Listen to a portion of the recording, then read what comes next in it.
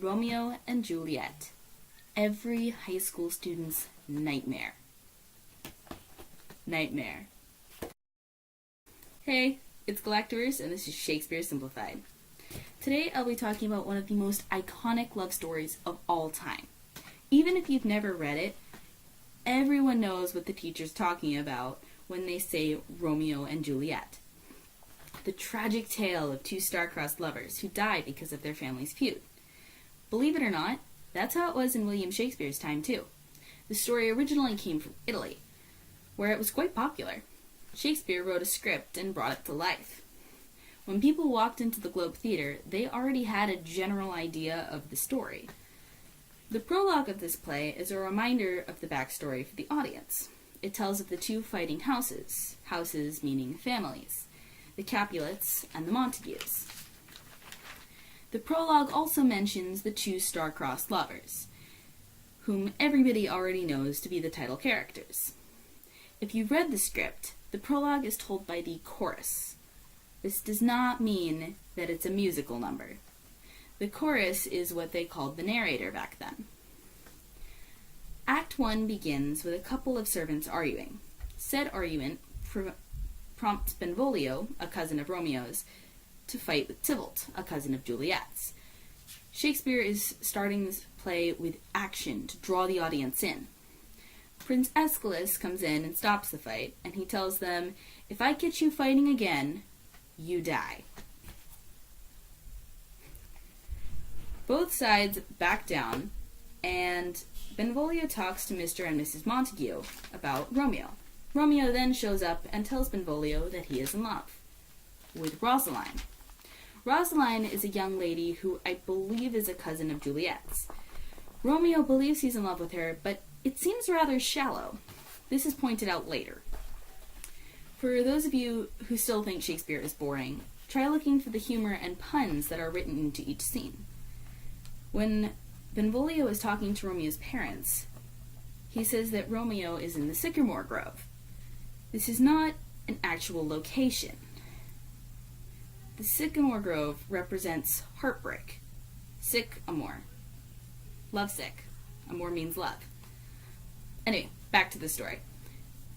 At the Capulets, a young nobleman named Paris, not the capital of France, asks Lord Capulet for Juliet's hand in marriage. Capulet first disagrees, saying that she is too young, because she's 13, but then says that it's alright if Juliet agrees.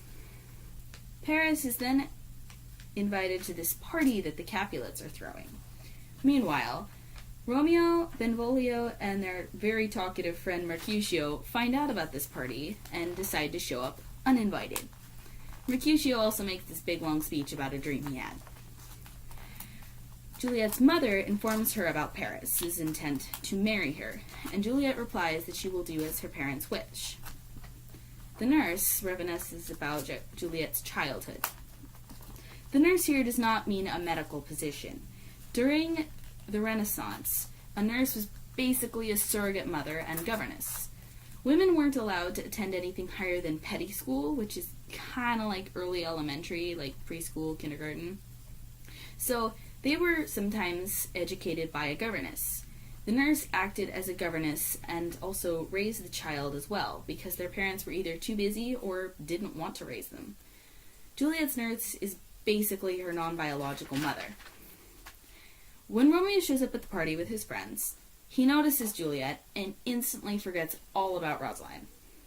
Tybalt recognizes Romeo and wants to fight him, but Lord Capulet convinces Tybalt to ignore him. Romeo and Juliet talk and dance, and he kisses her, and they still don't actually know each other. They don't even know their names. So the nurse steps in and informs them. After Romeo leaves, Juliet is called in by her mother, and Act 1 is complete. For those of you who don't know, each of Shakespeare's plays have 5 acts. Each act is usually about 5 scenes long, but they can really be any length. Act 5 of Romeo and Juliet is only 3 scenes long. Act 2 begins with Romeo sneaking into the Capulets' garden, trying to find Juliet. His friends try to follow him while discussing their views on love. Romeo finds Juliet, but doesn't really let her know that she is there. She doesn't realize he's eavesdropping and confesses her undying love. Oops. Starting with the famous line, "Romeo, Romeo, wherefore art thou Romeo?" Contrary to popular belief, she's not actually asking where is he, but why. She's asking why is he Romeo Montague and not anybody else. So Romeo interrupts her monologue and says that he loves her too. And they decide to get married, even though they've only known each other for less than 24 hours. After leaving Juliet, Romeo goes to see Friar Lawrence, who is philosophizing about medicine and human nature. Romeo begs the friar to marry him to Juliet. Friar Lawrence agrees in hopes that their marriage will end the feud between their families. Romeo meets back up with his friends, and they talk for a bit before Juliet's nurse comes to speak with Romeo on Juliet's behalf. He tells the nurse to tell Juliet that they'll be married in the afternoon, which is really fast. They just met each other. The nurse informs Juliet of her impending marriage, and so she goes to see the friar. The friar marries them, but is kind of worried that their sudden marriage could end in disaster. Which it does. After leaving, separately of course, Romeo stumbles upon his friend Mercutio and Juliet's cousin Tybalt. They're fighting in the public square. Great idea. So Romeo tries to stop them, and he fails. Tybalt takes Mercutio's life, and Romeo avenges him by killing Tybalt. Prince Aeschylus shows up with Romeo and Juliet's parents. After listening to the witnesses, the prince banishes Romeo, saying that should he return, he would die. This is a very, very dramatic way to start the third act, and it keeps the audience from getting bored. Keeping the audience interested was very important in Shakespeare's time, because if the audience didn't like the play, they were at full liberty to yell and throw things at the actors. The actors had to stay in character or risk being pelted with rotten vegetables. Literally. Anyway, after Romeo is banished, the nurse tells Juliet, who is really sad, because not only will she never see Romeo again, her cousin's also dead. So she sends the nurse to the friar's cell to see if she can find Romeo, so that Juliet can say goodbye. At the friar's, Romeo tries to kill himself, because he says that death is preferable to never seeing Juliet again.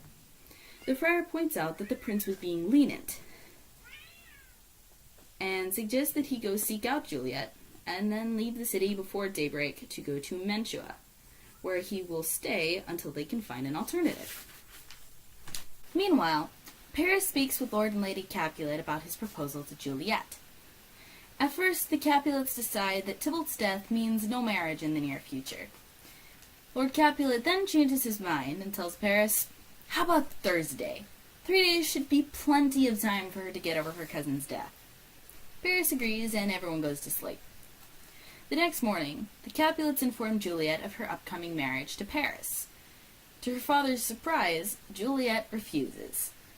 Lord Capulet then becomes violent and angry, and he threatens to cast Juliet out into the streets, aka homeless, which was a terrible position for women and children during this time period, as women couldn't get a job, and the homeless were often accused of witchcraft. Lady Capulet and the nurse both sided with Lord Capulet, leaving Juliet feeling betrayed. The friar becomes her only confidant. This may be part of the reason the play ends the way it does. During this scene, Juliet says to her mother that she, quote, "Never shall be satisfied with Romeo, till I behold him, dead is my poor heart, so for a kinsman vexed." To her mother, she appears to be saying that she will not be happy until Romeo is dead. But in reality, she's saying that she won't be happy until she sees him, and until then, her heart is dead. This is kind of ironic because she actually never sees him alive again. Act 4 begins, and everything is starting to crash and burn. Juliet talks to the friar, and he gives her a potion so that she can fake her death, and then sneak off with Romeo. Her father moves the wedding to Wednesday, so she has even less time to prepare than she thought. The night before the wedding, Juliet drinks the potion after a monologue about death and her fears. She has placed a dagger nearby in case the potion doesn't work, aka suicide.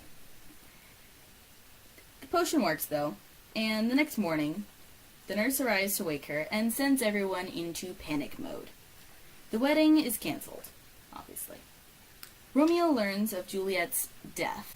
Romeo decides to go back to Verona, and then goes to an apothecary, which is kind of like a medieval pharmacy, to buy some poison, which is illegal.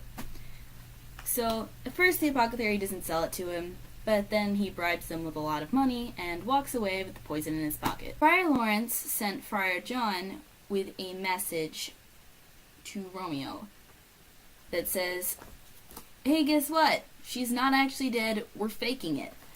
However, in scene 2, Friar John returns to Verona, saying that he had been quarantined due to suspicion of the plague, which was a real threat back then, considering how it wiped out more than half the world. But that means that Romeo didn't get the letter. So, Friar Lawrence decides that he's going to go and wait in the Capulet burial vault until Juliet wakes up in under 3 hours. When she wakes, he's going to break her out, and they're going to go hide somewhere. And then he's going to write another letter to Romeo explaining what happened, and hopefully everything will work out happily ever after. Unfortunately, Romeo has already arrived at the vault. There he finds Paris, who has come to mourn Juliet. Paris gets mad, and they fight, though Romeo doesn't really want to, as he had just killed Tybalt a few days ago. Romeo kills Paris, and then feels bad. When he sees Juliet, Romeo gives a speech, and then drinks the poison and dies. The friar comes into the tomb to find Romeo and Paris dead. Juliet wakes, and she doesn't see Romeo and Paris, so she asks the friar where her husband is. The friar informs her that they're both dead, and so he tries to convince her to leave the vault with him and become a nun. But she refuses to move and tells him to leave. He does, and she turns her attention to Romeo, finding the poison in his hand. There's nothing remaining in the bottle, so she takes Romeo's dagger and puts it through her heart. The watch, led by Paris's page, find the ground covered with blood and the 3 bodies lying dead. Real quick, the watch is like the Elizabethan version of police, and a page is kind of like a squire. A page is someone from 7 to 14 who is training. They're mostly a messenger and servant, and they train to become a squire, and then from that point, they train to become a knight, which usually happens around the time they turn 22. Anyway, Juliet's parents show up with the prince, and then Romeo's father arrives, saying, "Guess what? Lady Montague has died from grief," because Romeo was banished. The friar tells the whole story to all of those who are still in the tomb, and the Capulets and Montagues decide that their feud is stupid. I mean, it killed their children. So, the 2 families decide to call a truce. The prince ends the play with the words, "For never was a story of more woe than this of Juliet and her Romeo." Thanks for watching. I hope you enjoyed this video, and I will see you next time. So until then, keep shining, and this is Shakespeare Simplified.